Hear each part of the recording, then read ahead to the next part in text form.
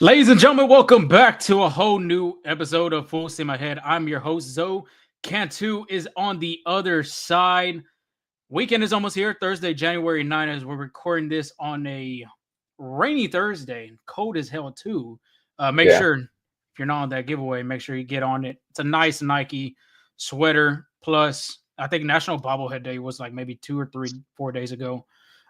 So that's on the, I guess, quote unquote present, since we didn't do a Christmas present giveaway for December. That'll be the present for January and December 2024. But Cantu, how we doing? How we feeling? Weekend is here. Texans are about to be playing. Oh yeah. Rodeo lineup is out. If you're in the Houston area, you've been looking for an exciting entertainment lineup with great musicians, artists, and all that type of stuff. And I think the rodeo knocked it out of the park this year, past from last couple seasons now. Yeah, first off, we're doing good on this side of town. Like Lorenzo said, rainy, cold, stay dry if you can. But yeah, rodeo lineup, I think they listened to the fans' reactions last year because last year was horrific, honestly. But this year, pretty excited about a few. I know Zach Top is one on top of my list on that one. Parker McCullough maybe too. Some Karim Leon. I'm trying to get see what's up about that. But yeah, I mean everything on that. Excited for Texas football too. I think Bring on the Blitz should be recording soon, if not today. So tune in for that as well. But how are you doing? We are doing good over here. And you miss Reba McEntire? Come on, man. Is she considered the queen of country, though? I'm not 100% sure, but I mean, I feel like I'm 95% positive. She's honestly, I might get a lot of comments for this, but I only know one Reba song and that's to make her biggest hit. And that's it. Hey, Reba's making a comeback. I think she has a show too, if I'm not mistaken. On That's an old show, no? Or she has a new one. No, I think it's a new one. I think it's on ABC. Not Yeah. 100% sure. But a lot of good entertainers, like you were mentioning, Zach Todd, Parker McCullum. Some of the oldies like Brooks and Dunn, Reba McEntire, Grupo Frontera. That's a great one, I'm pretty sure. Hinting Yeah. on that, well, no, I was going to say Mauricio Dubón might be over there since he's the only Yeah. guy that has his song No Se Va. That's But, the walk up. yep, they'll be in West Palm Beach, actually, unless he finds a way to You get a know, jet from West Palm to Houston and then back to West Palm. he just got paid, so I'm sure he has the funds for it. Yeah, and obviously this title of episode 232 is Astros arbitration is settled. The Astros have done the arbitrations with all 8 eligible players, 8 of 8. Last year, Mauricio Dubon missed that and they went into arbitration hearing, but the Astros have settled with all 8 of their players. Well, Framber Valdez, Jeremy Peña, Isaac Paredes, Bryan Abreu, Chas McCormick, Jake Meyers, Mauricio Dubon, and I believe I'm missing one more. I think Framber Valdez, if I did not say his name already. Luis Garcia, you say him? No, Luis Garcia, actually, that was the last one I meant. Yeah, I think last year it was Kyle Tucker, Framber Valdez, and Mauricio Dubon who they went to arbitration here, if I'm not mistaken, correct? I could be wrong. You're probably more hitting it on that end, but I don't have it right in front of me. Okay. But the important thing is the Astros have completed all of that. None of the players have to go into an arbitration hearing or anything like that. So that's kind of a 2 thumbs up for the Astros and the players on the other side. Also to add on to this episode, Astros Alex Verdugo, possibly him coming to Houston. Never know. Grace Kessinger, the guy that made a leaping grab in the ALCS of 2023, an amazing double play in one of the most hectic games in 2024 in San Diego, is traded to the Arizona Diamondbacks. We'll have that trade information in here for a second. And then around the horn, we'll complete it off. But Angel, let everybody know where they can hear us, where they can follow us, and all that type of stuff. Yeah, just above on the headline there, you see Apple Steam Ahead. That works for X, TikTok and YouTube. FSA Full Steam Ahead for Instagram. You can hear us on Spotify and Apple Podcasts there. Catch us anywhere, anytime. YouTube, everything's going to be recorded there for you. So if you missed an episode or curious about something we said in the past, you can always reach out there. They're stored there. So keep it up. And honestly, numbers have been great. So keep sharing the word, spreading the word. Jump on that giveaway. Tell your friends about it so they can know what's up with Full Steam Ahead.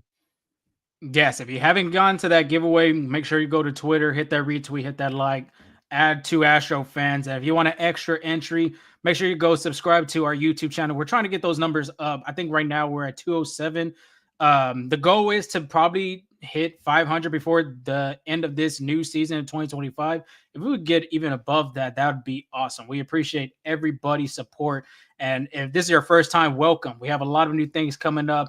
Astros Fan Fest is coming soon. The Astros Classic will be a part of too.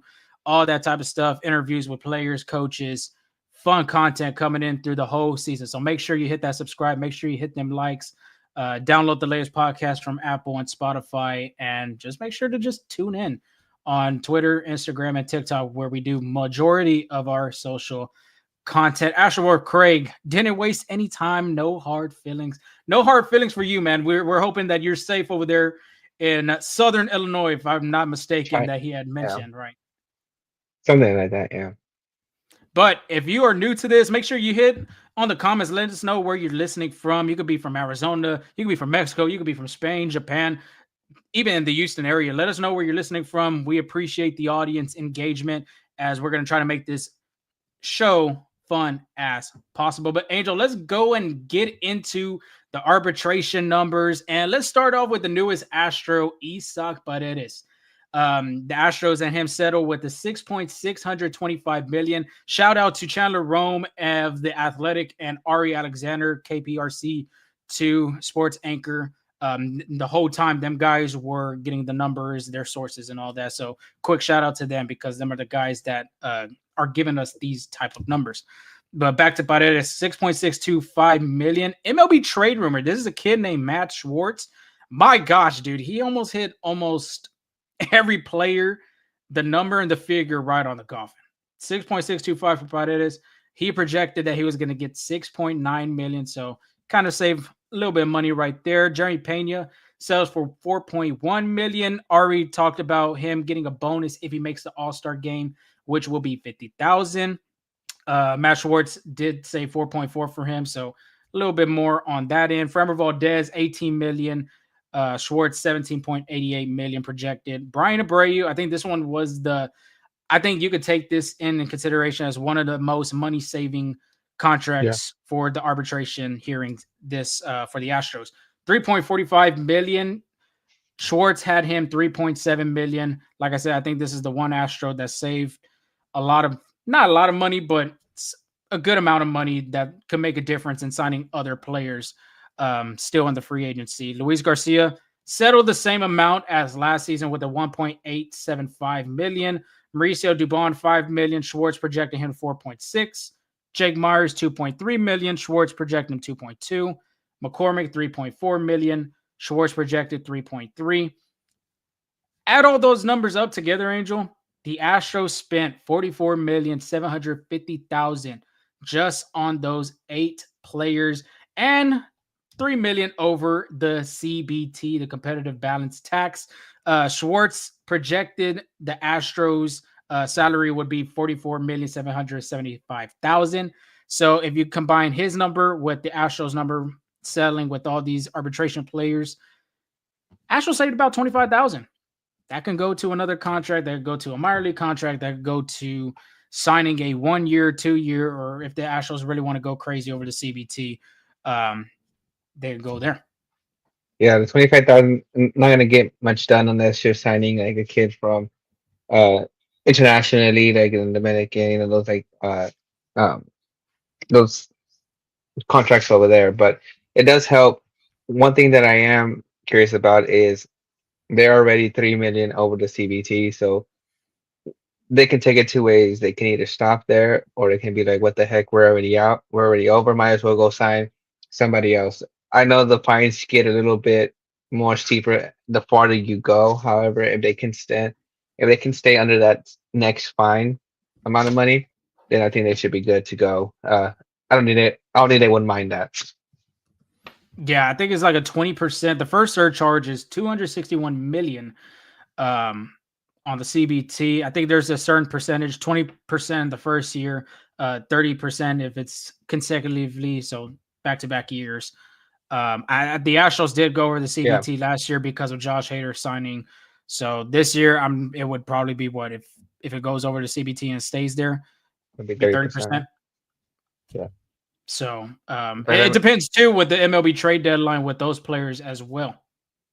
see, but how we talked about earlier in previous podcasts is 3 of the 4 teams that were in the World Series, or like, sorry, in like the championship series, spent a lot of money.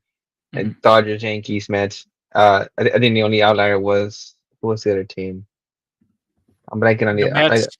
it was the You Mets, already said the Mets. Yankees, Mets, yeah, Yankees. Mets, Dodgers, and was it the Brewers? I'm blanking on the other team, but No, you it know, can't be the yeah, Brewers. that's what I'm saying. 3 out of 4 teams, right? Spend a lot of Uh, money to get to the World Series. So, uh, I think if the Astros want to be serious contenders to the World Series, they're missing one left fielder, and they're already out of it. I think if they sign like a Santander, they're a World Series team, mhm. even with that rotation. Like at the moment, with the addition of Christian Walker, they're I would say a playoff team. However, if they want to take that extra mile, they're gonna have to spend. Like that's just the reality of the market right now. That's just where baseball's going. In order to get the key pieces to win, you're gonna have to spend some money. Do you think Crane does go over though? With knowing last year he just went over the CBT. Right now he's over 3 million. Do you think he has the guts to want to go over and spend another, the 30% coming up? I couldn't tell you. Obviously, I don't know what Jim Crane's thinking, but again, if Jim Crane's all about winning, he's been adamant about that. That he wants to extend the dynasty. That's why he brought Dana Brown. That's why he's making the moves he did, right? So if he's serious about that, then I'd say he would have to, right, to make the case that the Astros are a good team. Because right now, that outfield is lacking, and they missing one more bat in that lineup. Yeah, I agree. If they don't want to take that route of getting a guy like Santander, then which will hit the objective here in a second with getting a guy like Alex Verdugo, Jesse Winker, reunite with Jason Hayward or Ben Gamel. So we'll talk about that here in just a second. But the teams that are looking to go over the CBT in 2025, you hit 3 of them with the Mets, Dodgers, and Yankees. Also, those teams that are going to join are the Atlanta Braves, the Philadelphia Phillies, the Toronto Blue Jays, and the Texas Rangers, adding the Astros as well. Which I think I'm still saying this right now. I think the Rangers and the Astros are going to be battling for that AL West. That's how I see it right now. Yeah, I mean, I agree too. But let's move on to that Alex Verdugo rumor, I guess you would say. Per Chris Cotillo from Mass Live, he reports over there in the Boston area. He said, quote, Astros have checked up on free agent outfielder Alex Verdugo. The Angels, Mets, Blue Jays, and Pirates have also shown interest. I think Robert Murray was the one on the Pirates being very aggressive on Verdugo. Dana Brown had mentioned they're not done. They're looking at a left-handed hitter that can produce in the outfield as well. Left-handed hitter Verdugo, left fielder. I think he could play really all 3 positions. I would say left field and right, more than likely the corners. Your thoughts on possibly the Astros potentially or could be going after Alex Verdugo and put him in the Astros uniform? What do you think about that? Like I said, adding Santander makes him a World Series team. Adding a guy like Verdugo gets him close to them. I think it should depend which Alex Verdugo you get, right? Because Alex Verdugo was once deemed the top prospect. He was the main guy to go from the Dodgers to that Mookie Betts trade back in 2018. Had some really good seasons with the Boston Red Sox. However, he has an eclipse over 15 home runs in a season. He's only got like his highest is 13, and he did it 3 times. Mm-hmm. I feel like if the actual sign Verdugo and you can get 13 to 15 home runs, 80 RBIs from him throughout the year, I think it gives you a chance to go to the World Series, even win it. But if it's the Alex Verdugo that kind of uh struggled a little with the Yankees, then I think that kind of like again takes him to the playoffs. But um But at the end of the day, you won't know until you make that risk on Alex Verdugo. So I think it'll be a good move. I think Minute Maid Park plays to the advantage. He's really good at taking the ball the other way. In those Crawford boxes, you can literally get a bunch of doubles, home runs. I think ha- that's what made him have more success over there in Boston too, with that Mhm. a bunch of doubles with that big green monster. And I was going to add on to that. The Green Monster did play a part in left field. And with Boston, I would say he had a really good 4 years Yeah, over there at Fenway he Park. did. There's a slash line I'm looking at right now on Baseball Reference: 281, 338, 424, OPS of 761. His OPS plus is a 105. Um, yeah, like you mentioned, this is a guy that's not going to hit a lot of home runs, I would say. To me, I can compare him to like Chas McCormick. I think he has the potential to hit 20 home runs. The stolen bases, though, I don't see it being a huge factor, but he can produce with contact. He can hit it the other way, like you mentioned. I think the biggest area in defense is defense, and that's one strength. He has really played well. Talking to Alex Cord 2 years ago about him, what's changed, put him in that leadoff spot in that top of the order of that Red Sox lineup, and he looked really well, hitting, solid contact, not a lot of power. Um, but the defense was the biggest part that Core wanted to see him kind of improve on. And sure enough, I mean, he's really improved the last 2 seasons in the outfield. A 95 arm strength. I think that's what the Astros need, is just defense in general. Because you're not going to put the big man Yordan Alvarez in left field all the time. Joe Espada already kind of hinted on that. And if you get a guy like Verdugo with a 96 arm value in the percentile, 94 percentile in the arm strength, the range, 76 percentile, which if you really think about it, I'm not saying the left field at Yankee Stadium and the Crawford box is at Dyken Park, as we should say, not Minute Maid Park no more, Dyken Park. Um, I think it'd be an advantage for him. He played really well in left field when it came to opening day in Yeah, that opening series I was against to the mention that Astros too. with the Yankees. So I think he would play really well here in Houston. And I just don't see the Astros going after Santander, even though there had been a rumor about it and all that. But to me, I think if you want to go for a guy that has the potential to be back at that number one prospect looking self, I would take a chance on Alex Verdugo. If you Absolutely. want that veteran, then you're looking at guys like Winker, Hayward, Gamble. Absolutely. And you kind of hit on what I was going to mention too. Like he did really well. Like the Astros fans got a glimpse of what he can do at Minute Maid Park.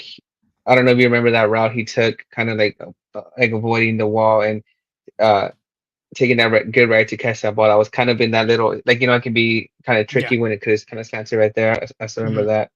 And he hit really well at Minute Maid Park too.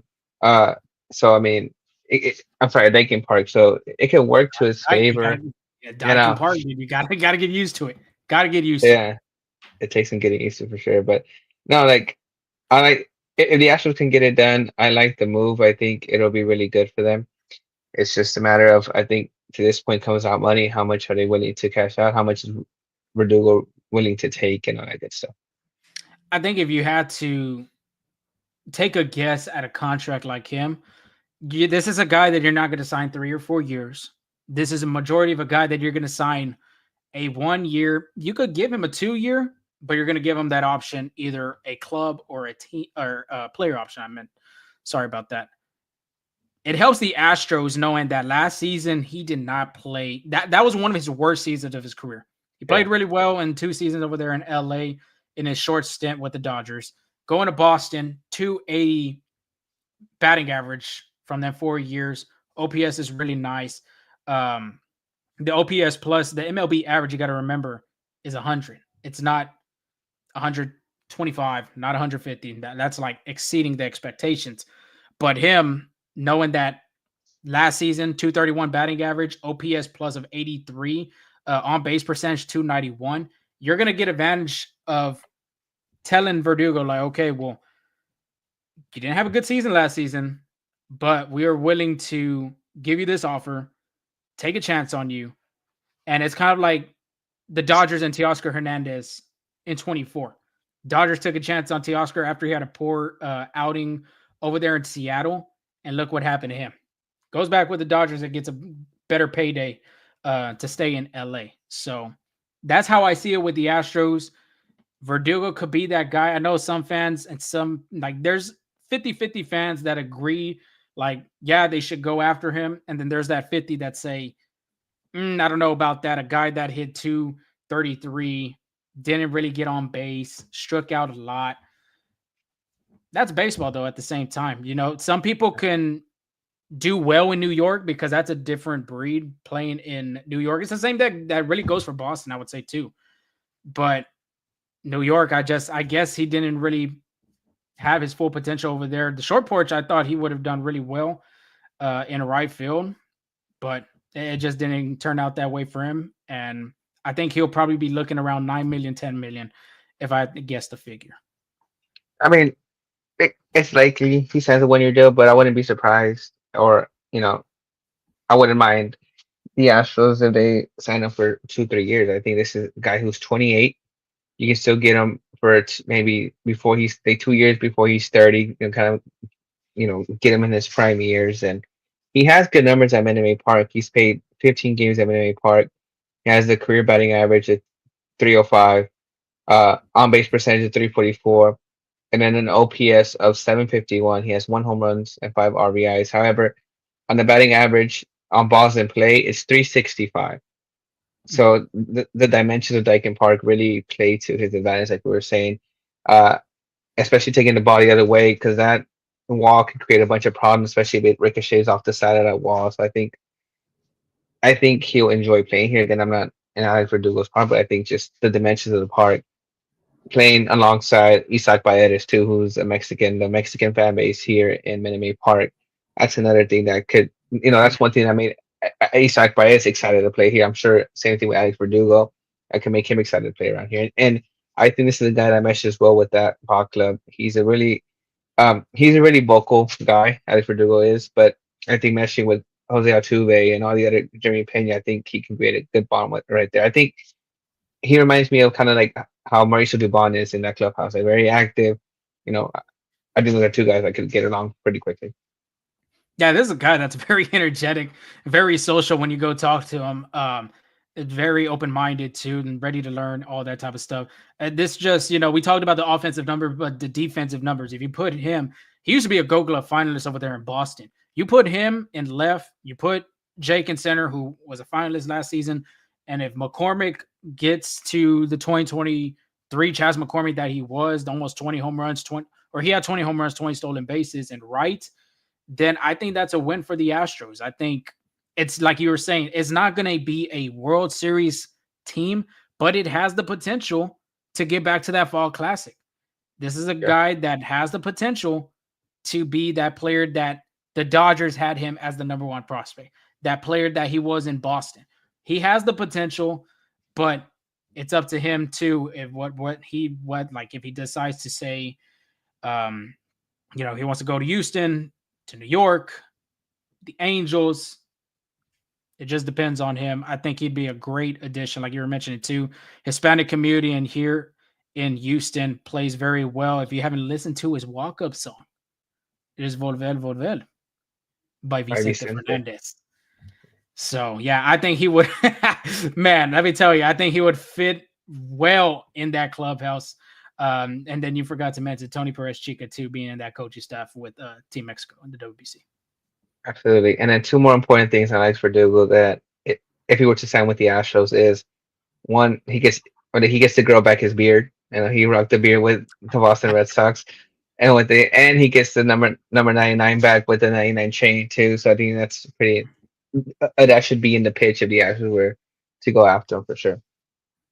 Yeah, that'd be in 99. I should have asked him why 99, but yeah, he's an energetic guy. I think he'll gel well in that clubhouse. Like I said, it just depends on what the Astros too want on their end. Do they want a veteran that wants to stay with a veteran players like Jose Altuve and Yordan Alvarez? I guess he would say Mauricio Dubon's getting to that point too, because he still got some young cats over there, Yainer Diaz, Hunter Brown, Spencer Getty, all them type of players. Or, do you want to go after a guy like Winker, Hayward? Them are the only guys I'm really thinking about as left-handed hitters. And Hayward and Gamble really, I would say Gamble had a better career in Houston than Hayward did, even though Hayward did help the Astros clinch that last game of the AL West. However, it's an easy answer between those three. Who would you rather have, Hayward, Gamble, or Verdugo? I feel like just Verdugo 10 out of 10 times. But speaking of Yanni Diaz, have you seen him putting in work on social media? Boy, hitting them bands, baby. Yeah, He no, hitting them I saw bands. that. He hitting them bands. Yeah, he's looking to get them power numbers back up, I would say. Yeah, he looks really good. I don't know if but I guess shows he's been working out a little bit. I know he's doing some like batting practice a few weeks ago on that, but he's been very active, showing his progress. It looks like he's back in his hometown. Framber Valdez too. He's getting some light jogging into. Yeah. So these guys are working. These guys are working. Otter Brown's another guy that's on the mound. Lance McCullers Jr. still trying to get back, getting close to spring training time. Pitchers and catchers actually report, if I'm not mistaken, in 5 weeks. Yeah, it's getting close. 5 weeks. They will be the first. The batteries basically will be out there. Cesar Salazar, Yainer Diaz, Victor Caratini, and then the rest of the farm system catchers going on with all the pitchers will be out there at West Palm Beach. But speaking of Yainer Diaz, before we get on to the next topic, I think you're going to talk about. You know where he finished? You know where he finished? Oh, no. Go. Do it. Finished number 6 on MLB Network's top 10 right now catchers. That's an upgrade from last year, right? I want to say so. I don't know if he was on the list last year. He could have been at 10, maybe. I think he was 9 or 10. Well, that is a huge upgrade. This is the catchers list right now, according to MLB Network. I guess the shredder too, if you want to call it. I really don't know. But number 10, Austin Wells. Number 9, Sean Murphy. Number 8, Alejandro Kirk. Number 7, Gabriel Moreno. Number 6, Yainer Diaz. Number 5, JT Realmuto. Number 4, Cal Riley. Number 3, Will Smith. And number 2, Ali Rutschman. 1, William Contreras. I'll take Shea Langoliers over Austin Wells. Oh, okay. So this is according to the shredder. Now I saw the little fine print at the very bottom. I don't know. I think that's a toss-up, I would say, for Austin Wells and Langoliers. We got to remember, too, Wells was a Rookie of the Year candidate. Yeah. Sean Murphy on this list, he missed a lot of time, if I'm not mistaken, with an injury. Yeah, but it's just experience. Wait, who's in front of Diaz again? JT Realmuto, Cal Riley, Will Smith, Ali Rutschman, William Contreras. That's not bad. That's not bad. Will you argue about that list? That's pretty accurate. I think I'd move Yainer over JT Realmuto. Realmuto didn't really have a good 24 season. I think that's more of like his reputation, though. I think that's why he's ahead of Yainer Diaz. I feel like if JT Realmuto has one more down year and Yainer Diaz continues to grow, I think he'll be in front of him. I think the only thing that helps Realmuto, though, is the defensive numbers and his arm strength. His pop too is really good. Yes, I think that's. I mean, they take that into account too. I mean, yeah, he struggled, but I mean, he still put a pretty good offensive numbers for the Phillies. So, yeah, I agree with the list this time. I know last year we are kind of like, but I think this has been the only Astro so far on a list. I think they did the relief pitchers and center fielders already. Josh Hader was not on that list. Another guy that wasn't on the list that I think should have been, not even Abreu. And a guy that I think that should have been on that list was Luke Weaver, and he was not on that list. The Yankees closer for last year. Yeah. He had a really good year last year with the Yanks. Crazy. 26 straight saves. Broke the Astros record on the list. Shit, yeah. Emmanuel Clase finished number 4. Well, I thought I saw he was number 1. Nope, Devin Williams was number 1. Oh, I saw wrong list. Cy Young candidate, not number 1. I saw a list and it had Emmanuel Clase and then Mason Miller. Mm-hmm. But Mason Miller's on the top 5. I know that. Okay, maybe I saw a different list. I don't know, but I could have sworn I was just scrolling through X and I saw that list. But I didn't really pay too much attention to who did it. Dang, I was gonna say something else. Oh, speaking of guys putting in work, Isaac Paredes getting those reps in over there with the Naranjeros there, Hermosillo too. If you're an Astros fans, I know it's the Mexican League. It might not be up to par what the major leagues are, but you're still excited. At the end of the day, those are pitchers who have a ton of experience. Those are pitchers who can still get major league guys out, and him crushing the ball over there in Mexico is pretty awesome. So if you're an Astros fan, you should look forward to that. Seeing that in Yeah. Minute Maid Park. We Dyken Park. Get it right, dude. Dyken Park. Dyken There you Park. go. Come on. Dyken Park. Gotta get it Dyken right. Park. There you go. I think we're Dyken the Park. only podcast that's been really keeping up with him. Not throwing no other shade, the other Astro podcasts out there, but I think we've been the only ones really looking into him. He's been hit, like he said, he's been hitting really well with the non-hitters. Like he's just been smacking the ball. One of them games, it was a 2 outs, 6-4, hits a 2-run shot to tie the game. Yeah. And that is during the playoffs over there. Yeah. All the winter leagues are very important too. Puerto Rican, Lindom over there with the Dominican Republic, all of them type of games are very important. Absolutely, because yes, like guys like Garnered, they're putting in work and like no shit at that, right?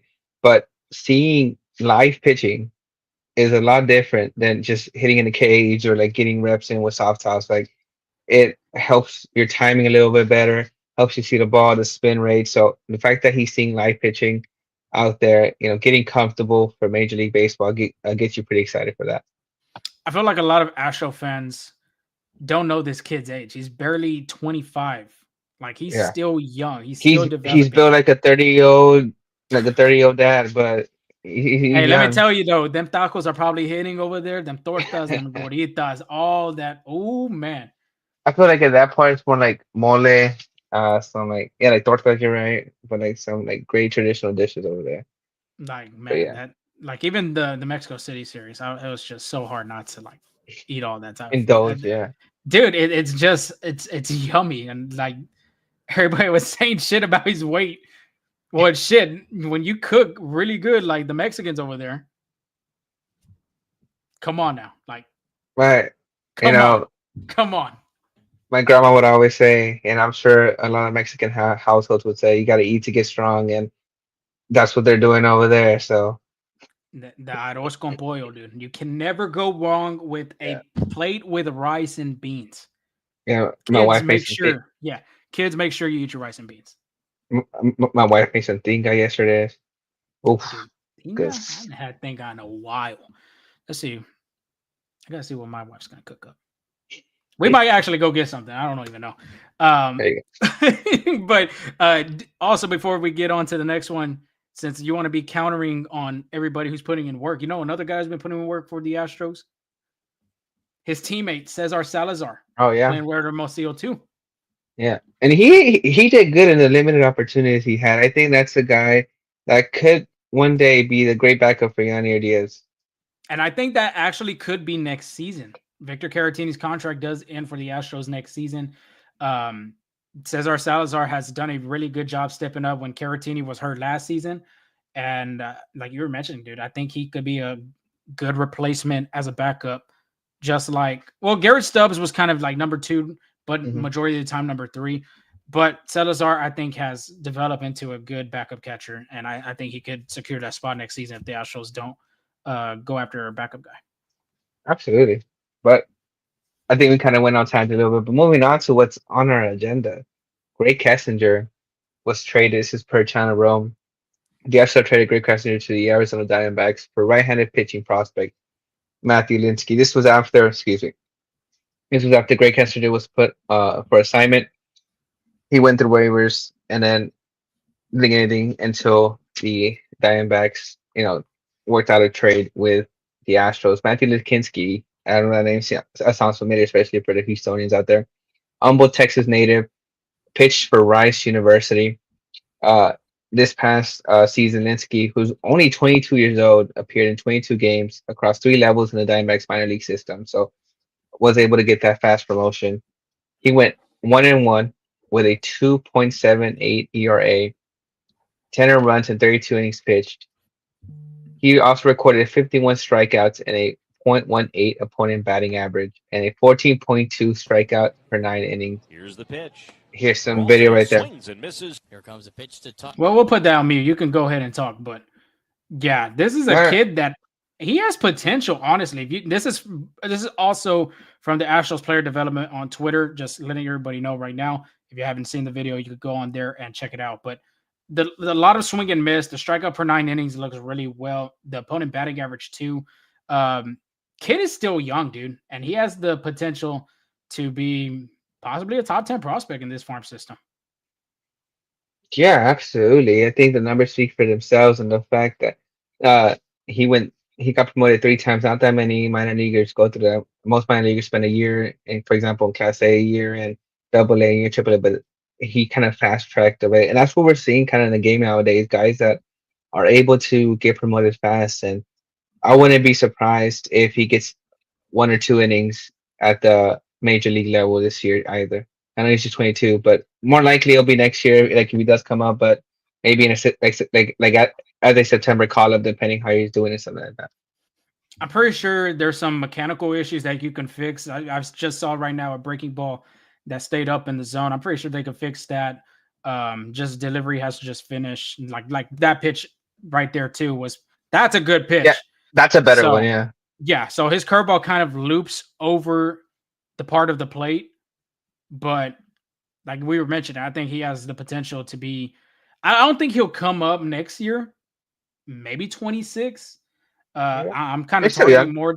Yeah, I'm kind of targeting 2027, but it's kind of like Dana Brown always has the itch to be searching for these type of prospects, man. Like he just knows what guys can develop into great players. I think the Astros, just the organization itself, developed real good players. MLB Pipeline had put something out that who develops great pitchers, and the Astros had some votes on there for developing pitchers, even some position players as well. But majority of the time, players, and we've seen it through the years in Houston with Christian Javier, Luis Garcia, Framber Valdez, Jose Urquidy. You've seen these guys develop, and what makes you think that they can't do it again with guys like Linsky? So, yeah, I think this is a great fit. Another thing you did not know, I'm pretty sure, you did mention he's a Humble, Texas native, did go to the Rice University. He was a teammate of Bryce Matthews, top number 3 Nice. Astros prospect in Tascasita High School. So got some vibes over there, I would say, going into spring training. I think that'd be cool to see them guys reunite. I think even Ari had a video talking to him about during his time, because when he was at Rice, obviously the Astros were, I think, in the World Series at that time. And that was one of the things that was really cool for him to witness, is seeing his hometown team win their first World Series ring after, obviously the devastation in Hurricane Harvey, but something cool to see as a fan for him. Yeah. I mean, I'm sure once he makes a call, like again in a few years or so, I'm sure his parents are going to be there. Very good to reunite with Bryce Matthews too. Mm-hmm. But we're not to run the horn. It's kind of simple. Just to get, like the biggest news were arbitration hearings this week. Vladimir Guerrero gets 28.5 million in arbitration. Juan That Soto's is a big number, dude. Yeah, Juan Soto still holds the record of 31 million in an arbitration hearing. 31 million just for one freaking year, and that's arbitration. Yeah, That's insane. Crazy number, crazy money. That again, and this was after Vladimir Guerrero has declined a contract extension, according to there was a tweet, I forgot who it was, so that supposedly the Blue Jays are going to try to give a more favorable offer to Vladimir Guerrero too. So we'll see how that plays out. When that's go ahead. Real quick too, not to mention, he could potentially be going to an AL East rival team. I don't know who had it, but majority of the Red Sox, the Boston area, I would say, if it's not Rob Bradford from Baseball is Boring, if it's not Chris Cortillo from Mass Live, somebody had mentioned that the Blue Jays are like, if they don't re-sign him, then the Red Sox are all in as a number 1 destination for Vladimir Guerrero Jr. And you got to think about it too. Pedro Martinez, David Ortiz, being best friends with Vladimir Guerrero Sr. Yeah, Just you can see that. imagine that if Rafael Devers goes to a DH or he stays at third base, depending what happens if Alex Bregman, Nolan Arenado uh, go to Boston, then you put Vladdy at first. Yeah. Very young team with the Alex core of mind. That's a scary team to witness over there in 2026 if all that does happen. Yeah. It'll be interesting to see, especially since Toronto. I don't know that if they just have a curse on them, but they failed to sign a big time free agent for quite a while, and they've been on these guys. Like I feel like every time you hear a big free agent, the Blue Jays have talked to, or like the Blue Jays have looked to them, and they can't seem to lock in somebody. They were close with Corbin Burns, but then he ended up signing with Arizona too. So you know, we'll see what happens there. One that surprised me: Luis Arias gets 14 million in arbitration. And why does But I that mean, surprise you though? it's I mean, it's surprising, but that's surprising. Batting titles. When you hear that, current time, you think of Luis Arias, he'll get on base, but the power numbers aren't there. Obviously, he's lead, also the RBI numbers aren't there, but I guess he's the table setter for that team. Yeah, this is a guy too that's been in trade rumors as well. Yeah, Yankees might be looking at him, and it's insane for a guy that gets on base, like you said, batting titles, always leads in batting average. He's gonna hit for contact. He's gonna, like I already mentioned, he's gonna get on base, and he's been already traded from Minnesota to Miami to San Diego, and now he could be going like getting out of San Diego to, never know, maybe go back, not maybe go back, but maybe go to the Yankees at the Bronx. So yeah, that's crazy. yeah. This is a guy where you can play him anywhere on that, either second base or first base side. Could DH too, so it'll be interesting to see. Tariq Skubal, pitching triple crown winner for the AL, gets 10.15 million. It's crazy when you see a guy like Framber Valdez get 18 million, and you see Trey School get 10 million. But I know this is like his second year to arbitration. If he were to pitch well again, that number will be a lot higher than that. Do you think he gets an extension before the season starts? It'll be smart. Do you think it happens? Though? I don't I know. think it does. I honestly think it does. If they can't land anybody in free agency, meaning hint on Alex Bregman, if they don't sign him, then I think your next best move would be going to give Scooball an extension after the season that he had last year, and then plus what Detroit is brewing over there. I think they can do both. They could. I think if they were to sign Alex Bregman, I think it would just make Scuba want to re-sign or have that contract extension. Like I think you can persuade him a little bit more. But I mean, yeah, I think they're a ball club that has the wiggle room to do both: sign a big time free agent and extend Terry Scuba. Mm-hmm. And then finally, to end it up, talk a little bit about Hall of Fame. I know those BBWA members are getting those votes in. Uh, Jose Jesus Ortiz already got his in. You can catch what he had to say on the Black at the Nation and on our Esquina. But Carlos Beltran is gaining traction in the Hall of Fame, and the Hall of Fame voting ended today with the votes that are in right now. Ichiro, CC Sabathia, Billy Wagner, and Beltran would get in. Obviously, there's still a lot of votes to be counted, like a lot of private ballots that get sent in. But at that moment, what do you think about those four players in the Hall of Fame? They deserve it, honestly. To add on to that, the announcement will be live on January 21 because I was curious when it's going to be announced. So January 21, make sure you mark those calendars to see if Billy Wagner does get in. Reminder, last season he just missed it with 5 votes. So, but back to your question, I think all of them deserve it. Carlos Beltran, even though with that whole cheating scandal in Houston and all that other stuff, he is probably one of the best switch hitters in the game, period, like ever. And his numbers really support. He was a great offensive player. Remember his time in Houston in 04. That run that he had in the postseason was insane going against Atlanta and then St. Louis. So yeah, Carlos Beltran to me, he's a Hall of Famer. Ichiro, he has to be unanimous. If he's not unanimous, Yeah. there is a problem in this world, and there's going to be a riot going around. CC Sabathia is an interesting one. I don't know if he'll get in his first year, but he is a Hall of Famer. And to end it with Billy Wagner, a Houston Astro, and I'm pretty sure the Astros community and the Astro fans are really closing their eye on him because this is his last year on the ballot. And just to give everybody some updates, there's been 106 ballots total known. Billy Wagner has an 85.5%. Ichiro Suzuki has 124 ballots posted. He has 100% so far. CC Sabathia, 113 votes, 91.1%.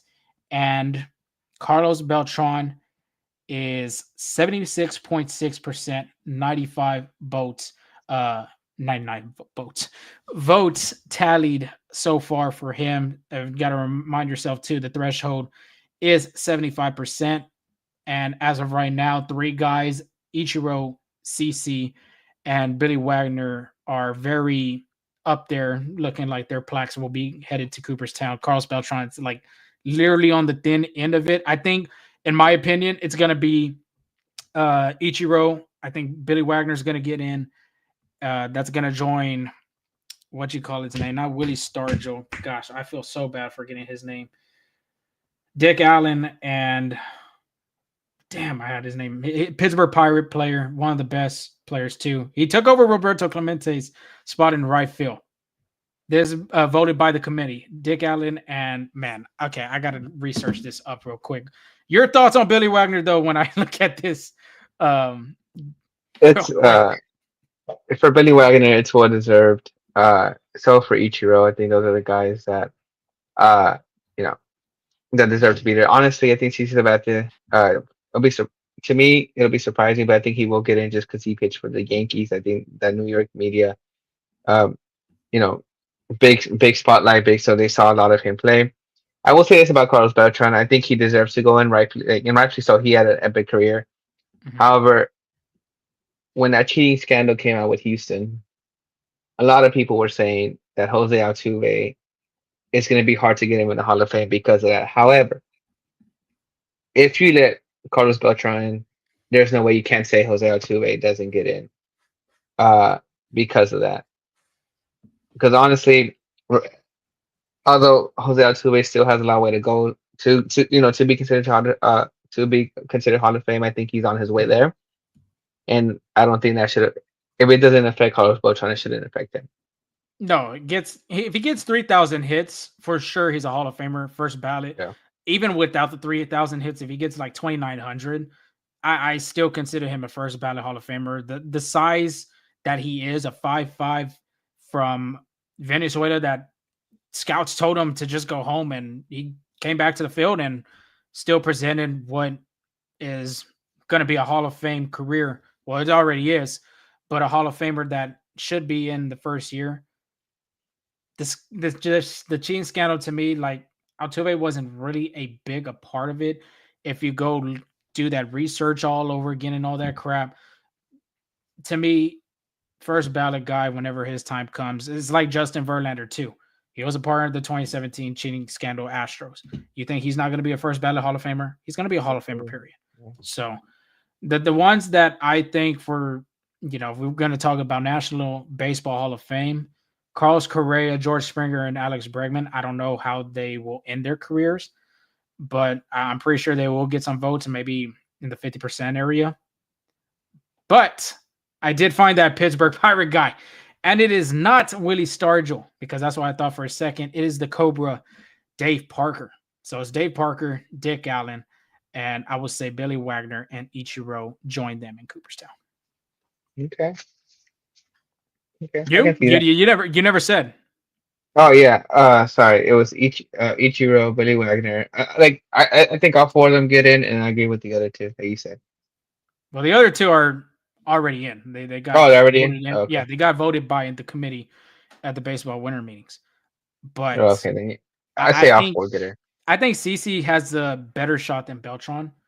Beltran, I think, will be either. I think for sure next year. I think Andrew Jones is another guy too that doesn't get a lot of love and appreciation. He's close. I think. Yeah, he's like at the 60 mark. 10-time Gold Glover, the youngest player to hit a home run in the postseason, if I'm not mistaken, too. In a World Series game, I meant, not postseason. So, yeah, there's a lot of talented players. I would even say Jimmy Rollins deserves to be in that list as well. Okay. Too bad we don't have a ballot. We're just throwing names out there. Who would we vote for if we did have a ballot? But yeah, next week we're going to continue on with this Billy Wagner tracker because, like I said, January 21 is when MLB Network is going to reveal who is headed to Cooperstown. So we will let y'all know in each episode what the percentage looks like.